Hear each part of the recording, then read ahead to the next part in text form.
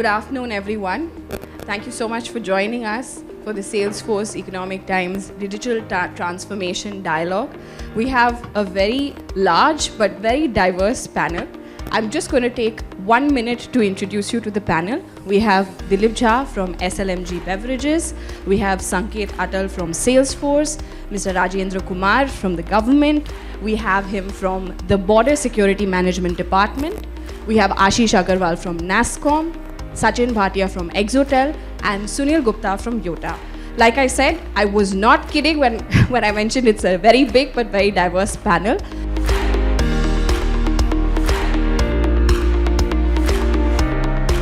The industry is clear in terms of what we expect for ensuring privacy, for ensuring fairness, for ensuring responsible and ethical considerations. So this is the broad template on which we can think of put in place in India, so that we allow the startups to continue to do innovation. We become enablers of innovation, because our startups currently, they are in the initial phase of really coming out with better and better algorithms and better use case applications. So in this phase, I think we can really put in place a light touch regulation, in the sense of ensuring that we do not stifle innovations by putting in place too many expectations that they need to adhere from the day one. So that's what I think we should really think of having such a regulatory framework in India. Developing their own models, training them with their own data, etc. I think then we can see a real proliferation of the AI to the end users in India.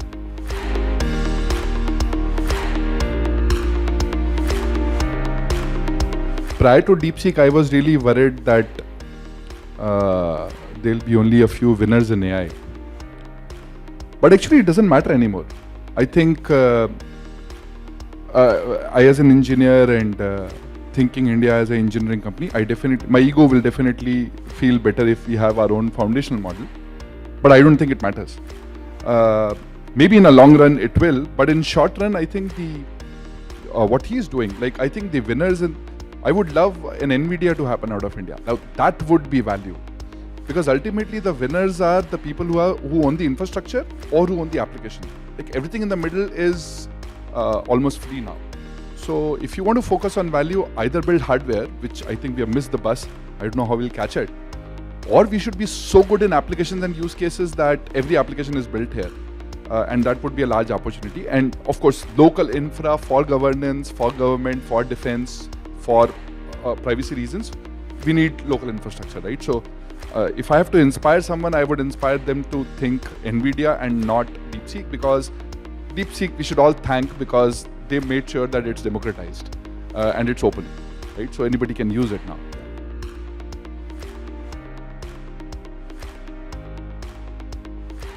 I think incredible gains and amazing economic impact can be had by virtue of adopting AI, and I don't think everybody needs to become an AI expert. The whole concept of being able to design systems is to enable people to use the technology for their betterment. And if we expect everybody to become an AI expert, then I don't think we're doing our jobs.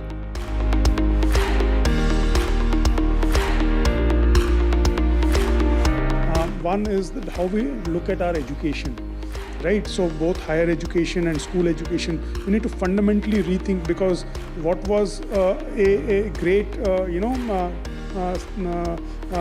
way, differentiator, now it's out there. So you don't need to spend a lot of energy and time necessarily just doing that for that sake. So, and I think some of that is happening with the new education policy. Some of that industry collaborations with academia in terms of various skills which are required, or courses, or talent requirements, those are happening. And I think I also agree with what you said in terms of building a more entrepreneurial mindset. I think so one of the product that emerged is a developer guide. So first we started from role based, saying that okay, what are the key roles, and based on that key roles, what are the elements of responsible AI. And that was at a high level to bring the industry at some level of alignment. And once that got accepted, because we are doing it for ourselves, it is not something. So it is driven by the very real business need to get things right, and second is also to avoid any liability which shouldn't be on the table. Right, so from both aspects, so it's it's organically driven in that sense, and then to arm the various teams on the practices. So one of the things that we went deep into is the developers, and then really developed a repository of resources which is available in the industry but may not have been accessible to everybody, to bring that repository in the hands of the developer, and then work with the organizations on how they will promote this and then see. So what I'm really saying is that taking the high level principles which are there in government documents or at a OECD level, but really now breaking down them into activities which can be implemented at the firm level. So I think that has been the journey, and we have seen the nature of AI is rapidly evolving, right?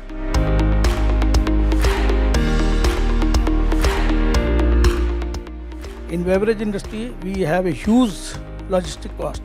So we are putting AI driven because we have a large data set and we have good data set. For the last 5 years, we have enterprise solutions sitting in the back. So we have, like Sanket said, if you have good data set and data lake, then only AI can help you. So only optimizing route in logistics solutions, we are just putting. So we are expecting 2 to 3% minimum the cost saving. And then there is another area which also give you efficiency, productivity increase, inventory control, unwanted production, overproduction. It will minimize the production. So inventory side also the AI works very well because it has a large data set, deep learning. So it gives you real-time visibility. What you need, looking at the sales trend and market trend, it will tell you what to produce, what to send, what stock you should keep. Lot of help. It's a game changer.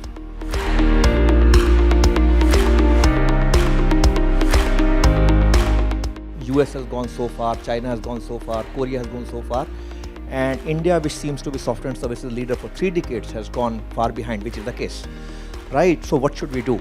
And that is where this realization came that unless we build the physical hardcore infrastructure in India, we cannot do that. And you'll be amazed to see that just about 18 months back, there was not even a single H100 GPU in India, right? And that is where possibly we sort of saw this, that what is coming in, because we had seen the UPI moment in India, and we are all waiting for the UPI moment to happen in AI now, right? And all the enabling factors in India are there. We all know about 1 billion phones and 800 million smartphones, and we all consuming and creating content every single minute. And I think the number of digital payments we are doing are almost like 2.5 times than what even US does. So every single element of that, India being a very highly digitally enabled, digital adopting society, is already there. So any and everything which you do in AI, most of the time it will ultimately result into some app on your mobile. So if that underlying fabric of consumption is already there and that habit is already there, right? AI use cases, if you are able to bring to Indian masses at no or very low value, that is how we consume as Indians, it is going to proliferate at population scale. You have to be prepared for that time, which possibly is coming very, very fast.